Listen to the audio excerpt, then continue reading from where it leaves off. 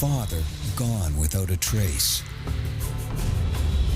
She said Tim was missing, and I said, what do you mean missing? I mean, isn't he home? An old friend with a nasty reputation. He was trouble. He always was trouble. I didn't realize he was such a monster. A shocking betrayal that no one saw coming. I couldn't believe it. The hair on the back of my neck stood up.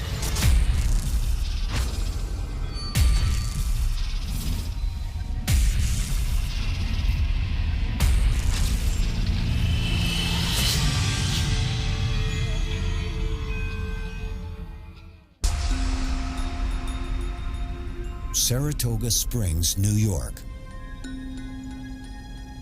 This small, picturesque town is an ideal place to raise a family.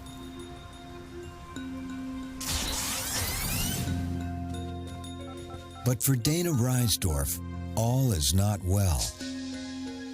Last night, her husband didn't come home.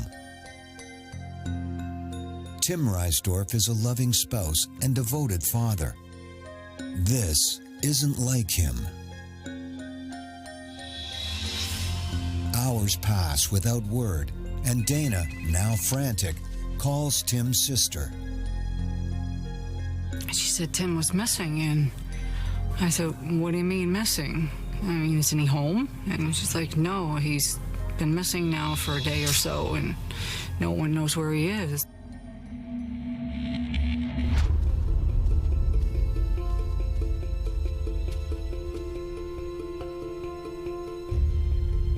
Do you think maybe he just up and left?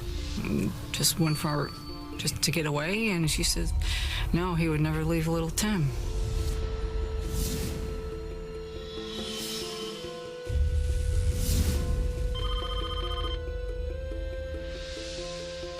Dana last spoke with Tim at 1 in the morning. He said he'd run into an old friend who needed some help and would be home soon. She never heard from him again. 24 hours after Tim's disappearance, Dana files a missing persons report. The initial conclusion from the officers was that Tim had just left home for a couple days, that this was a husband-wife situation. But Dana knows that couldn't be further from the truth. This isn't rocket science. Tim Reisdorf should have been home. He had his sister-in-law's wedding the next day. He had to pick up a tuxedo, get his hair cut, get his car washed, and most importantly, watch his son's soccer game. He should have been home with his family.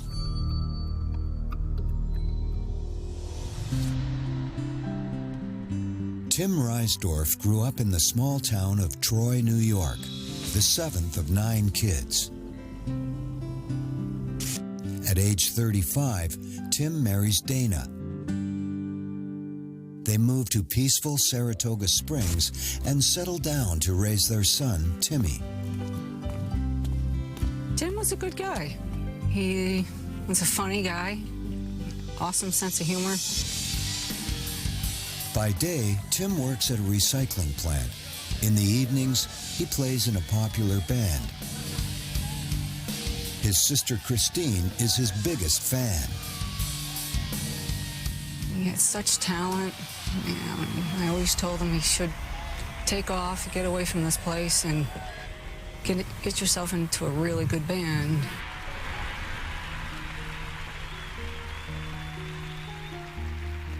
And he's definitely a family man.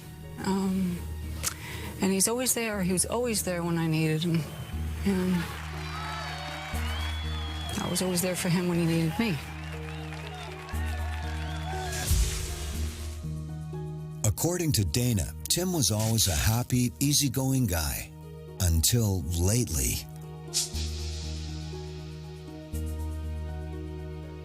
Well, Dana told us that Tim had been very solemn over the last couple weeks, that she could tell that he was concerned about something.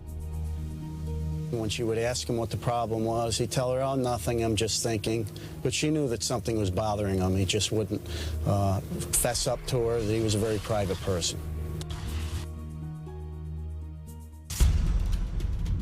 Investigators press Dana to find out what's changed for Tim in the past couple of weeks. The only thing she can think of is that an old friend recently came back into his life. After about an hour of talking to Dana, she said that Tim had recently been hanging around with a guy from Troy, New York. Unfortunately, Dana doesn't know the man's name.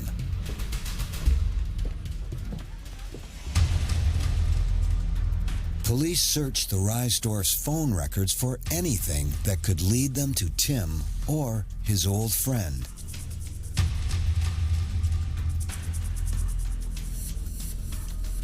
Well, in law enforcement circles, we did what we call a phone dump. It's a subpoena to the phone carrier for a certain number, and we asked for a 24-hour period of records on that number, all incoming and outgoing phone calls made. We then identify the calls of interest, and we get further information on the source of those calls. Timothy made his last phone call to Dana at 1 a.m. Sunday. That phone call was made from a payphone in front of Dunkin' Donuts. As for the old friend, there's no record of any communication. But based on what investigators find when they question Dana at home, they have to wonder if Tim and his pal were doing something illegal. I noticed the furnishings and how well kept the place was.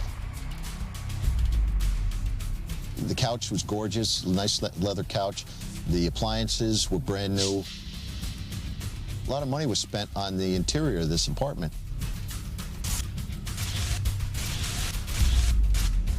As I talked to Dana about Tim, I couldn't help but wonder, where did they get all this money for the furnishings? One of the questions we asked Dana was Tim involved in anything illegal? Her reply to us was, no, Tim is not involved in anything illegal. The only time Tim even leaves the house is to take my son to the soccer game or to go to work. Other than that, he's a great husband, and she had no concerns. Officers have to wonder how the one-income couple could afford the high-end items that filled their apartment. When I asked her about all the furnishings and the money, she said Tim was in a band, he was a drummer, and he had a lot of gigs, he was really good, and Tim just got the money.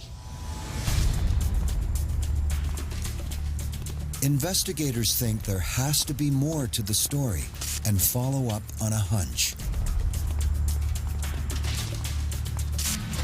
On occasion, Tim would rent self-storage units, and it's well known to police and law enforcement, that's a good place for bad guys to hide bad stuff. The hunch pays off big time. Investigators discover a unit in Reisdorf's name, and the manager of the facility confirms that Reisdorf came here on the night of his disappearance. As police wade through security footage, they catch another break. A truck is seen pulling up to Tim's unit, but Tim is not the driver. It's someone that Detective Jim Horton knows all too well, career criminal Gary Evans. Gary Evans, I couldn't believe it. The hair on the back of my neck stood up. I was very surprised. They haven't hung out together in a very long time. And Tim pretty much moved on with his life. You know, he got married and has a son and has a good job. He's doing well. I just, no clue why we'd go back with Gary. He was trouble. He always was trouble. Evans may very well be the last person to have seen Reisdorf alive. But as investigators will soon find out, the man that stands between them and the truth is more elusive than they could ever imagine.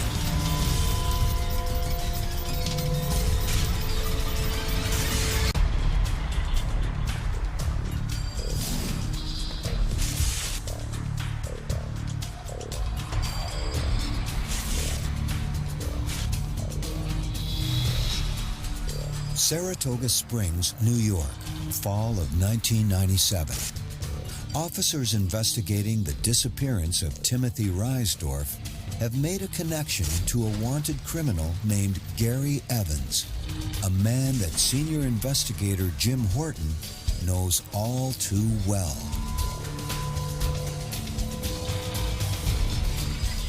So 1985 was the first time I met Gary. I arrested him for a burglary.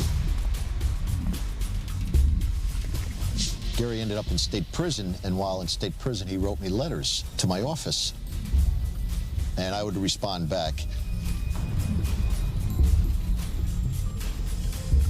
Eventually, when he got out of prison, he called me, and I ended up getting him a job at a landscaping outfit because he loved the outdoors. He had a lot to offer. He was an intelligent person. I foolishly thought I could set him straight, but that lasted about a week, and he ended up back in his life of crime.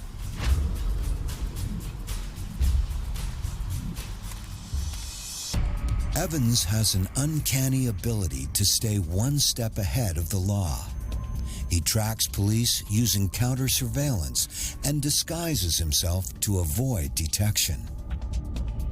Gary would change his appearance, both in dress and his looks, such as he'd dress as a hiker or even as a biker with leather, or he'd grow a beard or shave it or grow a goatee, change his sideburns. He was very cunning and a bit paranoid. I always used to call him the chameleon. 2 days after Reisdorf vanished, officers find their first big lead some 40 miles away in Rensselaer, New York. Rensselaer police were patrolling through the train station lot. The officer noticed a vehicle parked with its lights on. And upon running the license plate through DMV inquiry, he came back with a hit as involved in a missing person case at Saratoga Springs. At that time, their agency called our agency and alerted us that they had recovered the vehicle.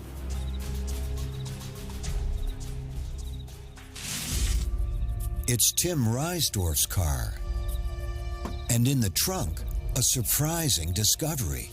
A backpack filled with the kinds of tools thieves use for breaking and entering. Seems the family man was living a double life.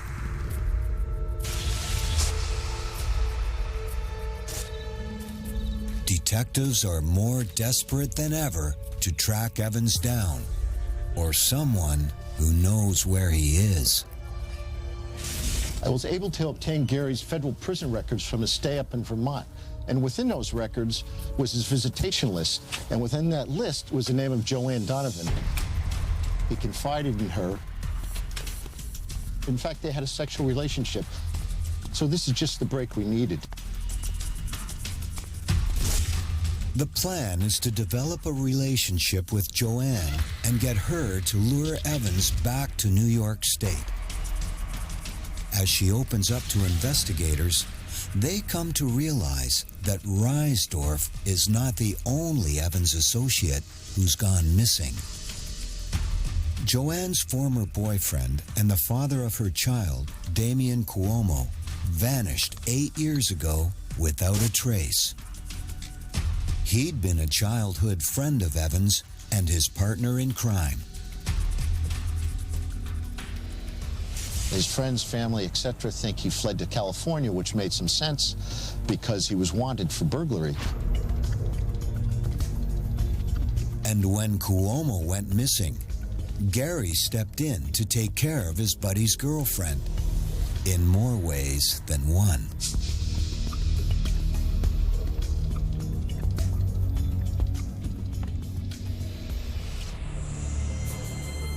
In October of 1997, not long before Tim Reisdorf's disappearance, Gary tells Joanne he has to leave town to hide from police. She was the last one to see him. So I needed to befriend Joanne and gain her trust because she was going to be my bait to get Evans back in this area.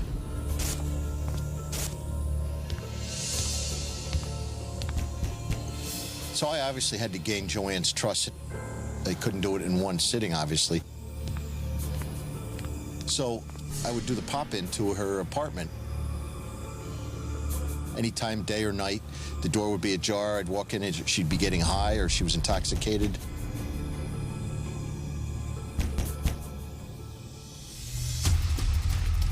Week after week, he won't stop until he's earned her trust.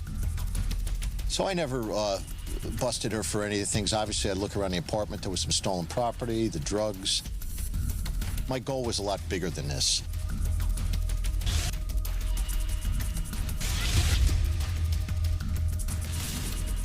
As the months go by, Joanne eventually warms to the detective. Horton has found his way in. I'd give her money on occasion. I'd call her up on the way over and say, do you need anything?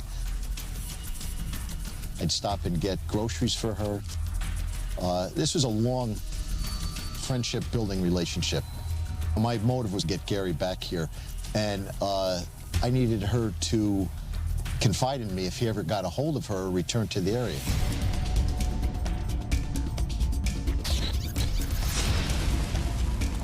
Joanne agrees to work with police, and 7 months after Tim Reisdorf's disappearance, she gets word that Evans is trying to reach her. But he's too smart to call her directly. Worried Joanne's phone is tapped, he contacts a local bartender who then relays a message to Joanne. Joanne immediately contacted me and said that Gary had called and asked them to tell her to be there the next day to receive a call from Gary. From past experience, Horton knows Gary can smell a trap. Investigators must proceed with extreme caution.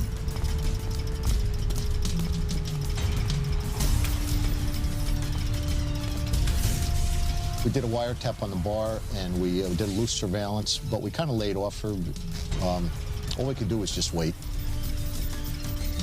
Now, it's up to Evans to make the next move.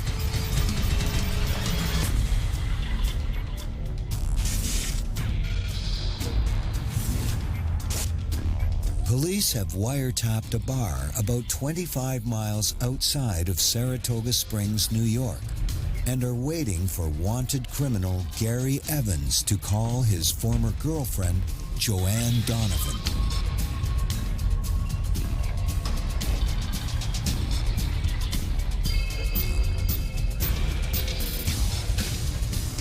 After a suspiciously brief conversation, Joanne is out the door. Police follow close behind.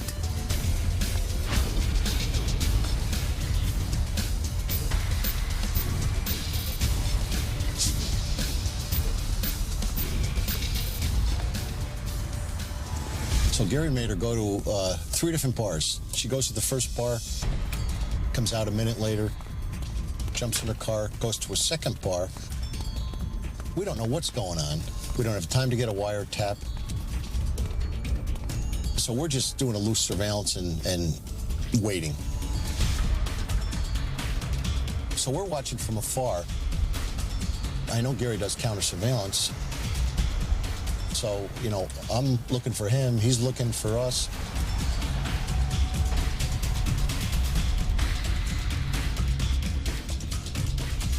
Evans knows the risks involved in contacting Joanne. He has several outstanding warrants for robberies. But he's broke and desperate. He asks her to bring him her car and some information about antique stores he can rob. So the end result of this third bar and the phone call was Gary told Joanne to meet him the next day at 1 o'clock at a fast food restaurant right in the center of town in St. Johnsbury, Vermont, which happened to be 5 hours away from where we were. If all goes to plan, Evans will be in custody soon, and investigators can question him about his missing associates, Reisdorf and Cuomo.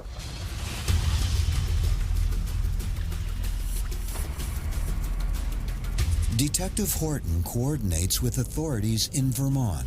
Together, they plan their takedown. I was in charge of detectives for the Vermont State Police in about a quarter of the state. I was contacted by Jim Horton with the New York State Police, who was asking for our assistance with the possibility of apprehending Gary Evans.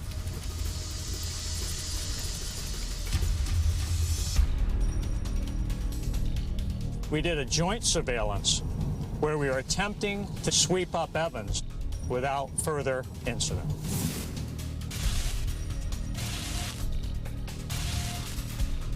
We had obviously a briefing with our counterparts from New York, and we developed a plan between the two teams on how we would do this.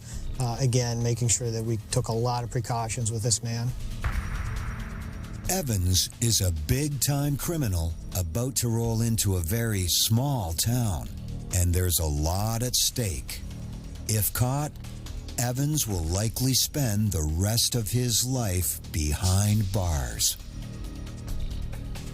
We were told that Mr. Evans had a very extensive criminal history, that he was being investigated for murder, and that we had warrants for him in Vermont, and he was basically an escape artist, that if we took him into custody, he would do everything he could to try and escape. Fearing a violent confrontation, Horton makes a last-minute decision. He takes Joanne Donovan out of the equation. Gary had no intentions of returning to this area or going to prison for life, obviously. He once told Joanne that he had guns and he wouldn't be taken alive or live in a cage for the rest of his life. I made a decision to pull Joanne from the meet. As much as she wanted to help us, she was still in love with Gary, and that would have compromised the whole operation. But there's a problem. Joanne has already left for Vermont. The only way to stop her from heading straight to the meeting is to catch up with her on the road. So I stayed out of town with the Vermont State Police. He was on the side of the interstate, and I was on the exit ramp, laying in the weeds. I'm thinking this could be the best day of my career or the worst day of my career. When I heard a car come down the ramp, I'd peek out to see if it was Joanne.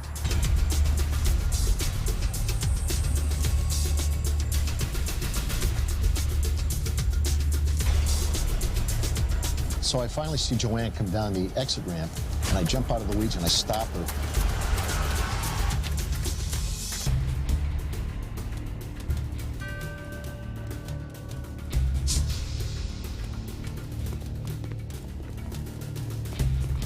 At the designated meet, armed officers are ready and waiting. This takedown must go exactly to plan, or things could quickly spin out of control. And here I am orchestrating his capture in this quaint little Vermont town at a fast food restaurant, and I'm terrified we're going to have a shootout.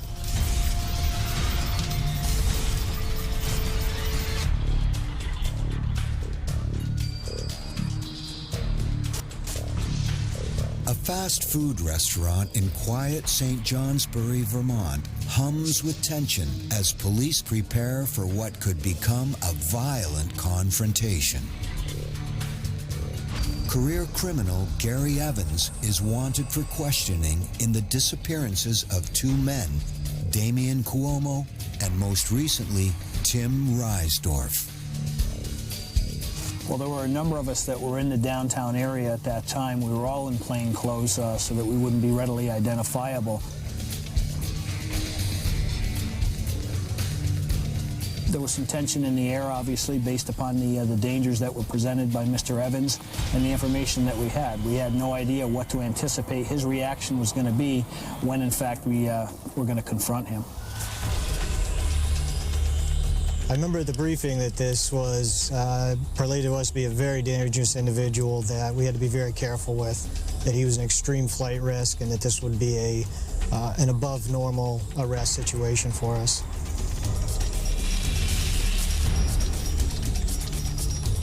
We had intelligence that Gary Evans would be heavily armed, that he probably possessed two handguns.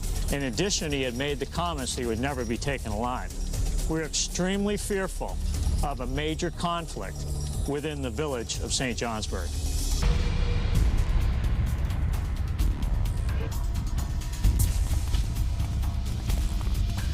We had 8 or 10 undercover state troopers in various locations around the fast food restaurant. And we also had a couple just on the street walking around like regular citizens. So Evans is across the street in a little park area waiting for Joanne, and the surveillance team simultaneously comes out of their hiding spots and just hone right in on him. Gary felt the presence of the police officers honing in on him.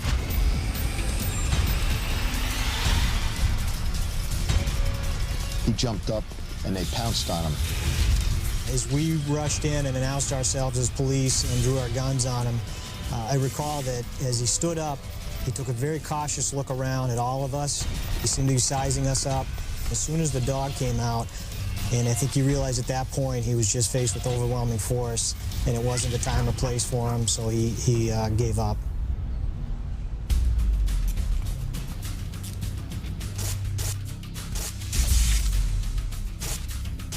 Over the radio, I could hear subject in custody without incident, which means they've got him. Nobody was hurt. Nobody was shot at. It was a feeling that, you know, I was so relieved that this went down the way it did. Nobody was hurt, and we got the prize, Gary Evans. He was subsequently searched after the arrest, and during the course of the search, we actually found a handcuff key underneath the face of his watch.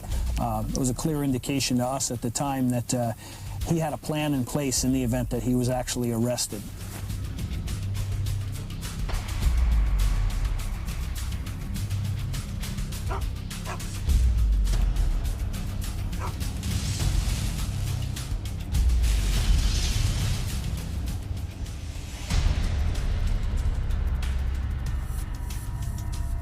Detective Horton is determined to find out what happened to the missing men, but knows better than to try to force a confession. So Gary's back in the Albany jail for about a week, and I purposely don't reach out to him. I let him reach out to me, and that's the way Gary was. You always had to do things on his terms.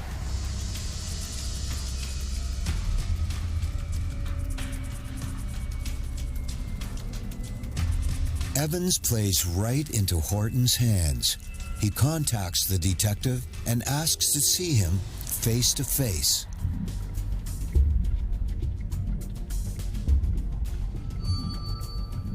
We sat down together and tried to reacquaint ourselves. It had been 2 years since we had talked or even heard his name. And I didn't mention Tim Reisdorf by design. We just talked old times, tried to catch up, tried to calm him down a little bit. And after 7 hours, I finally said, "Hey, Gary, we got to really talk about something." So at this point, I used Tim Reisdorf's son, Timmy, by design, of course. And I told Gary that Timmy was still home with his face pressed against the glass window, just waiting for Dad to come home. And Gary started to well up. I could tell he was at an emotional peak, and he just looked at me with a smirk and said, "It's going to be hard." And I said, "What do you mean hard?" He said, "It's going to be hard to find."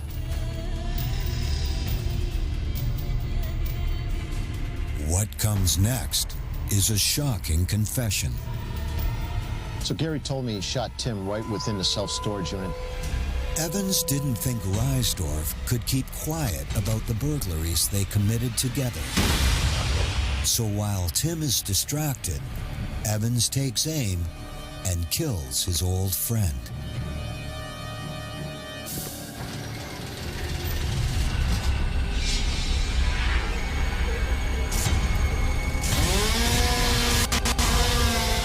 Then he cut up his body with a chainsaw.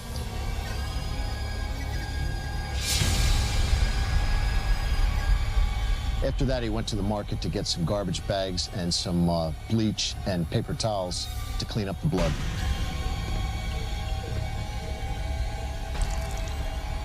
Horton breaks the news to Tim Reisdorf's family. Well, I know exactly the day. It was June 20th of 1998. It was my anniversary. There's a knock at the door, and sure enough, it's Jim Horton. I knew this can't be good. So he explained what happened to Tim. Of course, you don't want to believe it, but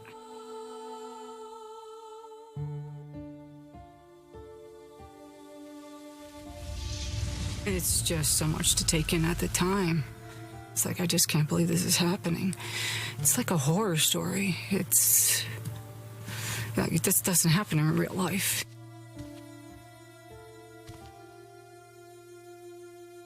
Dana, she was just in shock. She couldn't believe it either.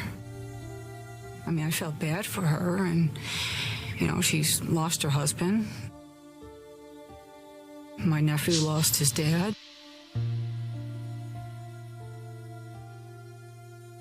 I lost my brother. It was just a sad day. Very sad.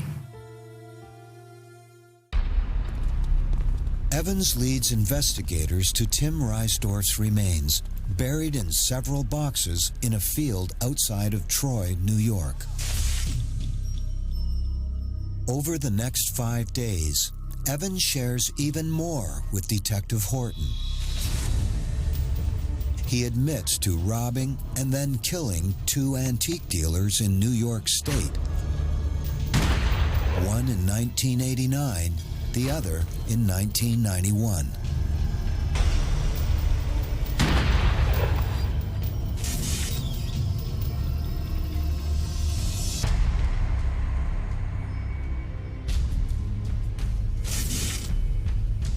Evans also admits to killing a former accomplice named Michael Falco.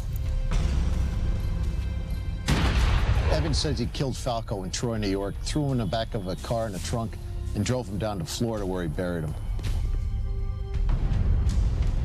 Ironically, Evans claims it was Tim Reisdorf who helped him dispose of the body. Evans directs authorities to the gravesite, and sure enough, Falco's remains are right where Evans said they would be. The body count is now up to 4. The only mystery remaining is Damian Cuomo's whereabouts. Joanne Donovan had been living with Cuomo when he vanished. Then Gary Evans steps into her life and convinces her that Damian has left her for another woman. Only Evans knows how far that is from the truth. He tells the detective Cuomo was taking more than his share of their money and had to go. He kills Damian Cuomo around Christmas time, 1985. But Damian was a wanted man. He was an infamous local burglar, probably a better burglar than Gary, but not as intelligent. And then, being the kind of guy Gary was, he ends up hooking up with Joanne. So Joanne would go to work, and Gary would sneak back in the apartment and make it look like Damian was still around. He would leave clothes out, leave the window open. He creates this whole charade about how Damian's alive and well and just took off. Of course, this upsets Joanne because she thinks that he's left her high and dry. And so much so that she believes this for 13 years.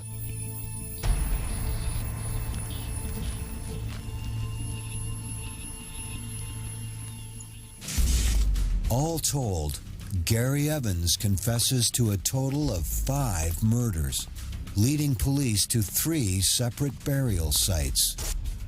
But it's not a weight off his shoulders.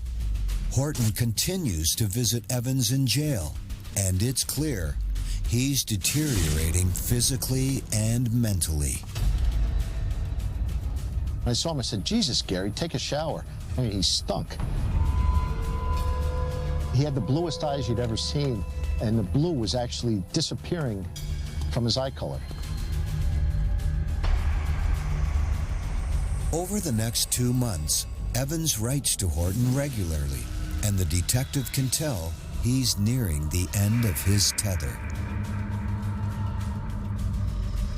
I can see it in his thought process, his ramblings, even his handwriting changed throughout this time. These letters were just an example of his thoughts and his expressions about our relationship, and he thought I was his best friend, but I can assure you he wasn't my best friend.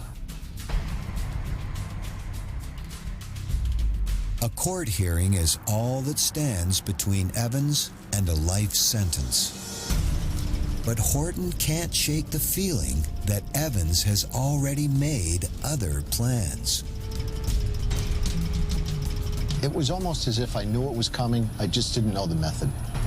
It was almost as if they didn't realize what they had, and they didn't understand Gary's resolve. This was going to happen no matter what.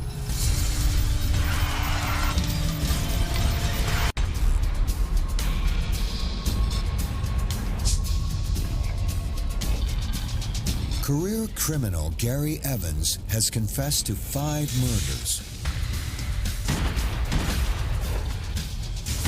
including the shooting death and dismemberment of Tim Reisdorf.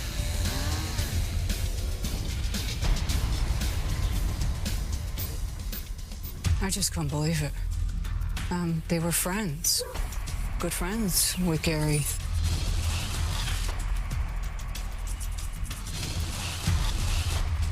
This can't be happening.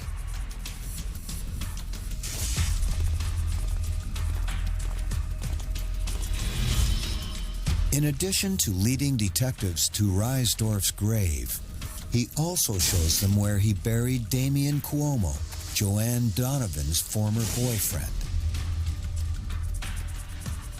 Detective Horton convinces Evans to call Joanne and come clean about his crimes and his years of deception.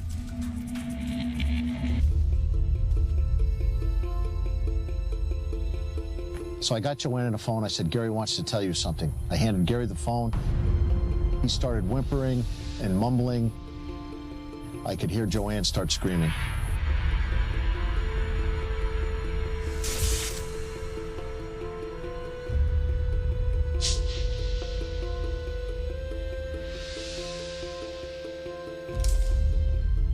Meanwhile, Evans waits in an Albany prison, preparing for a preliminary hearing. In New York State, we have something called the persistent felony law, where simply put, 3 felony convictions and you're eligible for life in prison. Gary had this, he knew it, and he knew he was going to go to prison for life.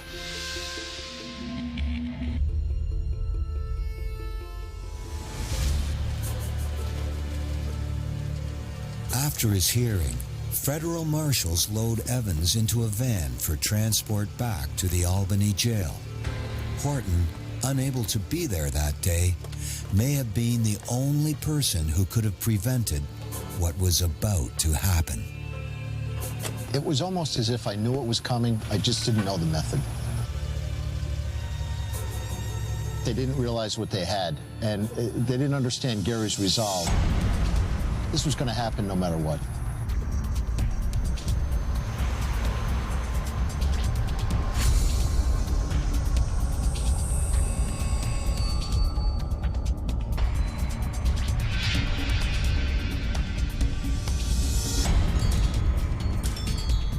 Using an old jailhouse trick, Evans has concealed a handcuff key in his nose. He slips his cuffs without the marshals ever noticing and kicks out the window of the van. Then he makes his escape. Before the marshals can catch him, Gary runs to a nearby bridge and his idea of freedom.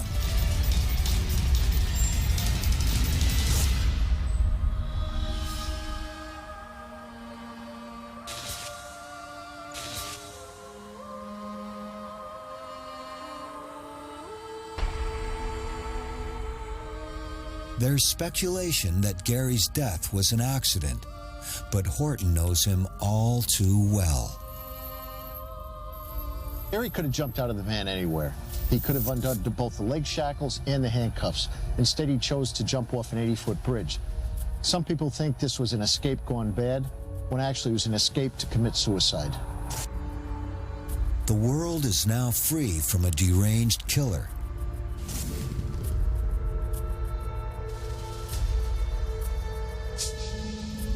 But for his victims' families, it's not exactly justice.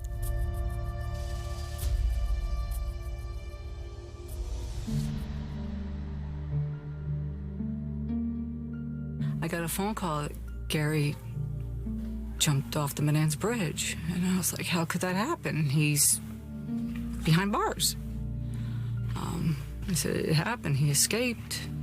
He's dead. And I just couldn't believe it. Kind of bittersweet, you know, it's okay, he's gone. But to me, it was a little bit too quick. I wanted him to stay in prison, just suffer, you know, realize what he's done.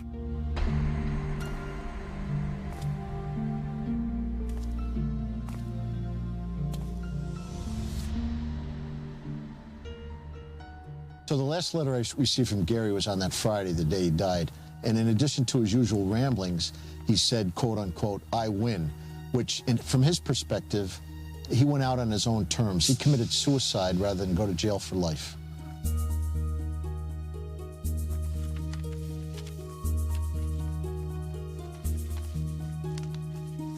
So I'm getting a lot of phone calls from people, including the state police superintendent, my mother, and they're all asking me how I felt about this, because they thought I had feelings for Gary or the whole situation. But actually, I was ambivalent. You know, I didn't feel happy, I didn't feel sad. I wasn't going to shed a tear for this guy.